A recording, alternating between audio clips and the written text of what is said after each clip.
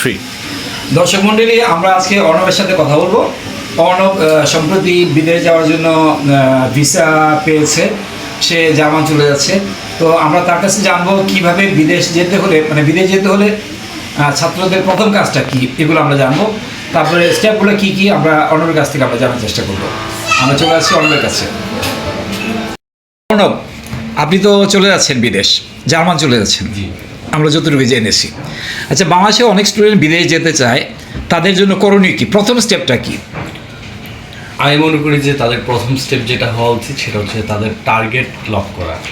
তারা কি চাচ্ছে তা হচ্ছে যে লক করে রাখা। যে কেউ কেউ আছে যে এডমিশন এইচএসসির পরবর্তীতে দেখা যাচ্ছে যে পাবলিক ভার্সিটি অথবা বিভিন্ন ভার্সিটির জন্য এডমিশন টেস্ট দেওয়ার জন্য প্রিপারেশন নিচ্ছে। তো এরকম আমিও ভাবতেছি যে মানে এরকম যেন না হয় যে তাদের বিদেশ যাওয়াটা বা সেকেন্ড চয়েস অথবা এরকম কিছু থাকুক। তারা যদি যারা যেতেই চায় তারা হচ্ছে যে অনেক সুযোগ সুবিধা আছে। যেমন ধরতে গেলে যদি আমরা ইউরোপের দিকে তাকাই তাহলে হচ্ছে যে ডাচ স্কলারশিপ, তারপর হচ্ছে যে ইরাসমাস, তারপর হচ্ছে আমরা যদি আমেরিকার দিকে তাকাই তাহলে হচ্ছে আমেরিকারও বিভিন্ন ভার্সিটি স্কলারশিপ দেয়।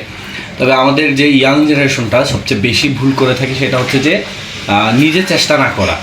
নিজে চেষ্টা না করেই তারা হচ্ছে যে বিভিন্ন এজেন্ট আছে, তারপর হচ্ছে মানে দালাল আর কি, তারা হচ্ছে তাদের মাধ্যমে ট্রাই করে। অথচ এই জিনিসটা কিন্তু এতটাও কঠিন একটা প্রসিডিউর না, এটা একটা সহজ একটা প্রসিডিউর। আপনি যেই দেশে যেতে চান বা যেই স্কলারশিপটা গ্র্যাব করতে চান তাহলে আপনাকে সেই এক লেগে থাকতে হবে যে কীভাবে সেটা আপনি আপনার স্বপ্ন পূরণ করতে পারবেন। সো আমি বলবো কি ফার্স্ট যেই ইচ্ছাটা থাকা দরকার সেটা হচ্ছে টার্গেট ব্লক করা। আপনি কি আর একটু সহজ করে বলবেন যে ইন্টার পাস করে কি যাওয়া সম্ভব, নাকি না অনার্সে ভর্তি হবে, তারপর honours first year, second year, third year কয়েকটা বছর পড়ার পর যাবে, কোনটা ভালো হবে? আচ্ছা, প্রথমত হচ্ছে যে যদি আমি ইউরোপ কান্ট্রির দিকে তাকাই তাহলে হচ্ছে তাদের এন্ট্রান্স যে সার্টিফিকেট সেটা হচ্ছে আমাদের সার্টিফিকেটের সাথে মিল নেই। সেই ক্ষেত্রে হচ্ছে যে বাংলাদেশ থেকে 13 বছরের পড়ালেখা লাগে, অ্যান্ড বাংলাদেশে এইচএসসি পর্যন্ত হচ্ছে 12 বছরের পড়ালেখা। তো সেই ক্ষেত্রে হচ্ছে যে আমার বাংলাদেশের যে কোনো ভার্সিটি থেকে আমার 1 বছরের ক্রেডিট কমপ্লিট করতে হবে। দেন যেই সাবজেক্টে বা যেই বিষয়বস্তুতে আমি ক্রেডিট কমপ্লিট করেছি সেই সাবজেক্টে আমি অনায়াসে অ্যাপ্লাই করতে পারবো। দেন হচ্ছে সেখানে আমরা এম্বাসি ফেস করবো, তারপর হচ্ছে যে ভিসার জন্য অ্যাপ্লাই করবো, তাহলে পেয়ে যাবো। আচ্ছা, প্রথম কাজটা কি, এরা কোথায় কি করবে? ধরেন যে বাংলাদেশে একটা স্টুডেন্ট এইচএসসি পাস করলো, একটা কলেজ ইউনিভার্সিটি ভর্তি হইলো, অনার্সে ভর্তি হইলো, 1 বছর 2 বছর পড়লো, সে এখন বিদেশ যেতে চায়, হ্যাঁ, বাইরের কান্ট্রির দিকে পড়ালেখা করতে চায়। তার প্রথম কাজটা কি, সে কোথায় কি করবে? কোনো এজেন্ট, কোনো অফিস, ঢাকায় কোনো অফিসে যোগাযোগ করবে, নাকি সে অনলাইনে খুঁজবে যে কোন ইউনিভার্সিটিতে অ্যাডমিশন নিচ্ছে? আমি কখনো এজেন্টকে প্রেফার করবো না, কারণ কি হচ্ছে এজেন্ট যেগুলো করে আমি মনে করি যে ইয়াং জেনারেশন জেন জি যারা আছে তারা অনায়াসে সেগুলো বুঝতে পারবে। আপনি হচ্ছে যেই ভার্সিটিতে আপনি হচ্ছে অ্যাপ্লাই করতে যাচ্ছেন বা যেই স্কলারশিপের জন্য আপনি অ্যাপ্লাই করতে যাচ্ছেন সেই হচ্ছে যে সেই ভার্সিটির ওয়েবসাইট অথবা সেই স্কলারশিপের ওয়েবসাইটে ঘাটাঘাটি করবেন। ঘাটাঘাটি করার পর আপনার যে রিকোয়ারমেন্টগুলো আছে সেগুলো দেখবেন, তারপর হচ্ছে কীভাবে ফিল আপ করা যায় সেই টার্গেট আপনি আগাবেন। এই অ্যাপ্লিকেশন করার পর কতদিন পরে এটা রেসপন্স পাওয়া যায়? অ্যাকচুয়ালি ফল থাকে দুইটা, এটা সামার ফল আর একটা উইন্টার ফল। আপনি যেই ফলে অ্যাপ্লাই করতে চাচ্ছেন সেই ফলের অ্যাপ্লিকেশন বেশি দিন টাইম লাগে না, 2 মাস সর্বোচ্চ। ওখানে কি 2টা ফলে নেই? হ্যাঁ, কিন্তু আমাদের দেশের ইউনিভার্সিটি তো 3টা বা 4টা ফলে নিচ্ছে। হ্যাঁ, না এখানে 2টা ফল। আচ্ছা, summer and winter. Summer and winter. তো আপনি কোথায় যাচ্ছেন? আমি সামার ফলে পেয়েছি এবং আমি হচ্ছে যে সামার ফলে যাচ্ছি। আপনার কলেজ বা ইউনিভার্সিটির নাম কি? আমি হচ্ছে রাইনওয়ালা ইউনিভার্সিটি অফ অ্যাপ্লাইড সায়েন্স, আমি আছি ইঞ্জিনিয়ারিং ফর সাস্টেনেবিলিটি সাবজেক্টে। আচ্ছা, ভেরি গুড, ভেরি গুড। তো আর যদি বাংলাদেশের স্টুডেন্টদের সম্পর্কে কিছু বলতেন? আমি মনে করি যে বাংলাদেশের স্টুডেন্টরা মানে যারা আমরা আছি তারা হচ্ছে যে খুবই তাদের লক্ষ্য রেখে যদি আগাইতে পারে তারা অবভিয়াসলি লক্ষ্যে পৌঁছাবেই। কারণ কি আমরা এডমিশন টাইমে যা একটা কষ্ট করি, তারপর হচ্ছে যা আমরা যে একটা মেন্টাল সিচুয়েশনের মধ্যে দিয়ে যাই, সেটা অন্যান্য বিদেশি ভার্সিটির জন্য সেই মেন্টাল সিচুয়েশনের মধ্যে দিয়ে যাওয়া লাগে না। তারপর হচ্ছে যে আমরা একাডেমিক থেকে আইএলটিএসের একদম প্রিপারেশন নিয়ে আসছি, ধরতে গেলে যে আমরা ইংলিশ টুকটাক কথা বলতেছি। আর এখন যারা জেন জি আছে তারা তো হচ্ছে যে ইংলিশ মুভি দেখেই বড় হচ্ছে, সেক্ষেত্রে তাদের জন্য ইংলিশ পকেটের কোনো একটা পেইন হয় না।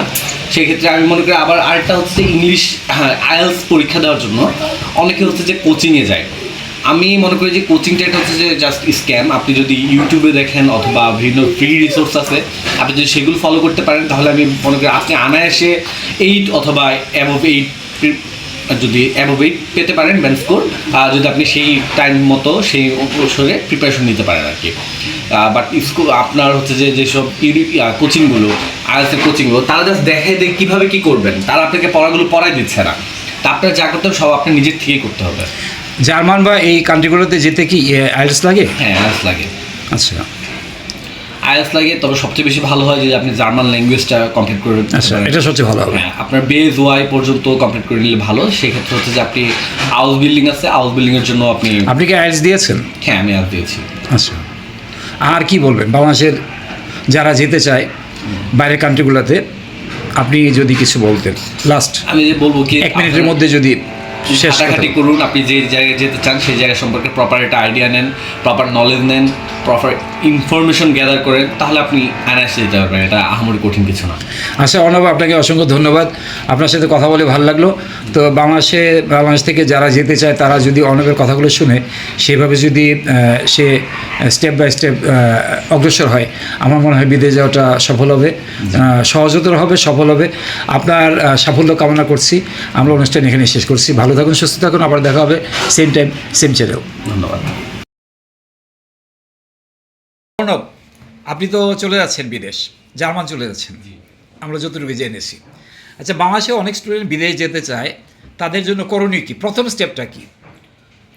আমি মনে করি যে তাদের প্রথম স্টেপ যেটা হওয়া উচিত সেটা হচ্ছে তাদের টার্গেট লক করা। তারা কি চাচ্ছে তা হচ্ছে যে লক করে রাখা। যে কেউ কেউ আছে যে এডমিশন এইচএসসির পরবর্তীতে দেখা যাচ্ছে যে পাবলিক ভার্সিটি অথবা বিভিন্ন ভার্সিটির জন্য এডমিশন টেস্ট দেওয়ার জন্য প্রিপারেশন নিচ্ছে। তো এরকম আমিও ভাবতেছি যে মানে এরকম যেন না হয় যে তাদের বিদেশ যাওয়াটা বা সেকেন্ড চয়েস অথবা এরকম কিছু থাকুক। তারা যদি যারা যেতেই চায় তারা হচ্ছে যে অনেক সুযোগ সুবিধা আছে। যেমন ধরতে গেলে যদি আমরা ইউরোপের দিকে তাকাই তাহলে হচ্ছে যে দাদ স্কলারশিপ, তারপর হচ্ছে যে ইরাসমাস, তারপর হচ্ছে আমরা যদি আমেরিকার দিকে তাকাই তাহলে হচ্ছে আমেরিকারও বিভিন্ন ভার্সিটি স্কলারশিপ দেয়। তবে আমাদের যে ইয়াং জেনারেশনটা সবচেয়ে বেশি ভুল করে থাকে সেটা হচ্ছে যে নিজে চেষ্টা না করা। নিজের চেষ্টা না করেই তারা হচ্ছে যে বিভিন্ন এজেন্ট আছে, তারপর হচ্ছে মানে দালাল আর কি, তারা হচ্ছে তাদের মাধ্যমে ট্রাই করে। অথচ এই জিনিসটা কিন্তু এতটাও কঠিন একটা প্রসিডিউর না, এটা একটা সহজ একটা প্রসিডিউর। আপনি যেই দেশে যেতে চান বা যেই স্কলারশিপটা গ্র্যাব করতে চান তাহলে আপনাকে সেই এক লেগে থাকতে হবে যে কিভাবে সেটা আপনি আপনার স্বপ্ন পূরণ করতে পারবেন। সো আমি বলবো কি ফার্স্ট যেই ইচ্ছাটা থাকা দরকার সেটা হচ্ছে টার্গেট ব্লক করা। আপনি কি আর একটু সহজ করে বলবেন যে ইন্টার পাস করে কি যাওয়া সম্ভব, নাকি না অনার্সে ভর্তি হবে, তারপর honours first year, second year, third year কয়েকটা বছর পড়ার পর যাবে, কোনটা ভালো হবে? আচ্ছা, প্রথমত হচ্ছে যে যদি আমি ইউরোপ কান্ট্রির দিকে তাকাই তাহলে হচ্ছে তাদের এন্ট্রান্স যে সার্টিফিকেট সেটা হচ্ছে আমাদের সার্টিফিকেটের সাথে মিল নেই। সেই ক্ষেত্রে হচ্ছে যে বাংলাদেশ থেকে 13 বছরের পড়ালেখা লাগে, অ্যান্ড বাংলাদেশে এইচএসসি পর্যন্ত হচ্ছে 12 বছরের পড়ালেখা। তো সেই ক্ষেত্রে হচ্ছে যে আমার বাংলাদেশে যে কোনো ভার্সিটি থেকে আমার 1 বছরের ক্রেডিট কমপ্লিট করতে হবে। দেন যেই সাবজেক্টে বা যেই বিষয়বস্তুতে আমি ক্রেডিট কমপ্লিট করেছি সেই সাবজেক্টে আমি অনায়াসে অ্যাপ্লাই করতে পারবো। দেন হচ্ছে সেখানে আমরা এম্বাসি ফেস করবো, তারপর হচ্ছে যে ভিসার জন্য অ্যাপ্লাই করবো, তাহলে পেয়ে যাবো আর কি। আচ্ছা, প্রথম কাজটা কি, এরা কোথায় কি করবে? ধরেন যে বাংলাদেশে একটা স্টুডেন্ট এইচএসসি পাস করলো, একটা কলেজ ইউনিভার্সিটি ভর্তি হইলো, অনার্সে ভর্তি হইলো, 1 বছর 2 বছর পড়লো, সে এখন বিদেশ যেতে চায়, হ্যাঁ, বাইরের কান্ট্রির দিকে পড়ালেখা করতে চায়। তার প্রথম কাজটা কি, সে কোথায় কি করবে? কোনো এজেন্ট, কোনো অফিস, ঢাকা কোনো অফিসে যোগাযোগ করবে, নাকি সে অনলাইনে খুঁজবে যে কোন ইউনিভার্সিটিতে অ্যাডমিশন নিচ্ছে? আমি কখনো এজেন্টকে প্রেফার করব না, কারণ কি হচ্ছে এজেন্ট যেগুলো করে আমি মনে করি যে ইয়াং জেনারেশন জেন জি যারা আছে তারা অনায়াসে সেগুলো বুঝতে পারবে। আপনি হচ্ছে যেই ভার্সিটিতে আপনি হচ্ছে অ্যাপ্লাই করতে যাচ্ছেন বা যেই স্কলারশিপের জন্য আপনি অ্যাপ্লাই করতে যাচ্ছেন সেই হচ্ছে যে সেই ভার্সিটির ওয়েবসাইট অথবা সেই স্কলারশিপের ওয়েবসাইটের ঘাটাঘাটি করবেন। ঘাটাঘাটি করার পর আপনার যে রিকোয়ারমেন্টগুলো আছে সেগুলো দেখবেন, তারপর হচ্ছে কীভাবে ফিল আপ করা যায় সেই টার্গেট আপনি আগাবেন। এই অ্যাপ্লিকেশন করার পর কতদিন পরে এটা রেসপন্স পাওয়া যায়? অ্যাকচুয়ালি ফল থাকে দুইটা, এটা সামার ফল আর এটা উইন্টার ফল। আপনি যেই ফলে অ্যাপ্লাই করতে চাচ্ছেন সেই ফলের অ্যাপ্লিকেশনে বেশি দিন টাইম লাগে না, 2 মাস সর্বোচ্চ। ওখানে কি 2টা ফলে নেয়? হ্যাঁ কিন্তু আমাদের দেশের ইউনিভার্সিটি তো 3টা বা 4টা ফলে নিচ্ছে। হ্যাঁ, না বাকি এখানে 2টা ফুল। আচ্ছা, summer and winter. Summer and winter. তো আপনি কোথায় যাচ্ছেন? আমি সামার ফলে পেয়েছি এবং আমি হচ্ছে যে সামার ফলে যাচ্ছি। আপনার কলেজ বা ইউনিভার্সিটির নাম কি? আমি হচ্ছে রাইনওয়ালা ইউনিভার্সিটি অফ অ্যাপ্লাইড সায়েন্স। আমি আছি ইঞ্জিনিয়ারিং ফর সাস্টেনেবিলিটি সাবজেক্টে। আচ্ছা, ভেরি গুড, ভেরি গুড। তো আর যদি বাংলাদেশের স্টুডেন্টদের সম্পর্কে কিছু বলতেন? আমি মনে করি যে বাংলাদেশের স্টুডেন্টরা মানে যারা আমরা আছি তারা হচ্ছে যে খুবই তাদের লক্ষ্য টুক রেখে যদি আগাইতে পারে তারা অবভিয়াসলি লক্ষ্যে পৌঁছাবেই। কারণ কি আমরা এডমিশন টাইমে যা একটা কষ্ট করি, তারপর হচ্ছে যা আমরা যে একটা মেন্টাল সিচুয়েশনের মধ্যে দিয়ে যাই, সেটা অন্যান্য বিদেশে ভার্সিটির জন্য সেই মেন্টাল সিচুয়েশনের মধ্যে দিয়ে যাওয়া লাগে না। তারপর হচ্ছে যে আমরা একাডেমিক থেকে আইএলসের একদম প্রিপারেশন নিয়ে আসছি, ধরতে গেলে যে আমরা ইংলিশ টুকটাক কথা বলতেছি। আর এখন যারা জেনজি আছে তারা তো হচ্ছে যে ইংলিশ মুভি দেখেই বড় হচ্ছে, সেক্ষেত্রে তাদের জন্য ইংলিশ পকেটের কোনো একটা পেইন হয় না।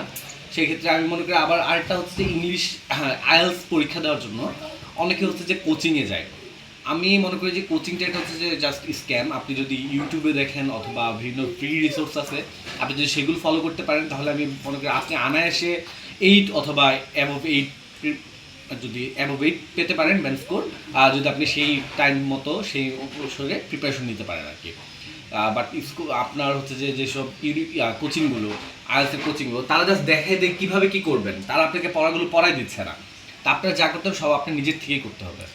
জার্মান বা এই কান্ট্রিগুলোতে যেতে কি আইএলটিএস লাগে? হ্যাঁ, আইএলস লাগে। আচ্ছা আইএলস লাগে, তবে সবচেয়ে বেশি ভালো হয় যে আপনি জার্মান ল্যাঙ্গুয়েজটা কমপ্লিট করে নিতে আচ্ছা, পারেন। এটা সবচেয়ে ভালো হবে। হ্যাঁ, আপনার বেজ ওয়াই পর্যন্ত কমপ্লিট করে নিলে ভালো। সেক্ষেত্রে হচ্ছে যে আপনি হাউস বিল্ডিং আছে, হাউস বিল্ডিংয়ের জন্য আপনি। আপনি কি আইএলটিএস দিয়েছেন? হ্যাঁ, আমি আইএলস দিয়েছি। আচ্ছা, আর কি বলবেন বাংলাদেশের যারা যেতে চায় বাইরের কান্ট্রিগুলোতে, আপনি যদি কিছু বলতেন লাস্ট আমি যে বলবো কি 1 মিনিটের মধ্যে যদি শেষ কথা ঘাটাঘাটি বলেন। করুন, আপনি যে জায়গায় যেতে চান সেই জায়গা সম্পর্কে প্রপার একটা আইডিয়া নেন, প্রপার নলেজ নেন, প্রপার ইনফরমেশন গ্যাদার করেন, তাহলে আপনি অনায়াসে যেতে পারবেন। এটা আহামরি কঠিন কিছু না। আচ্ছা অর্ণব, আপনাকে অসংখ্য ধন্যবাদ। আপনার সাথে কথা বলে ভালো লাগলো। তো বাংলাদেশ থেকে যারা যেতে চায় তারা যদি অর্ণবের কথাগুলো শুনে সেভাবে যদি সে স্টেপ বাই স্টেপ অগ্রসর হয়, আমার মনে হয় বিদেশ যাওয়াটা সফল হবে, সহজতর হবে, সফল হবে। আপনার সাফল্য কামনা করছি। আমরা অনুষ্ঠান এখানে শেষ করছি। ভালো থাকুন, সুস্থ থাকুন, আবার দেখা হবে সেম টাইম সেম চ্যানেল।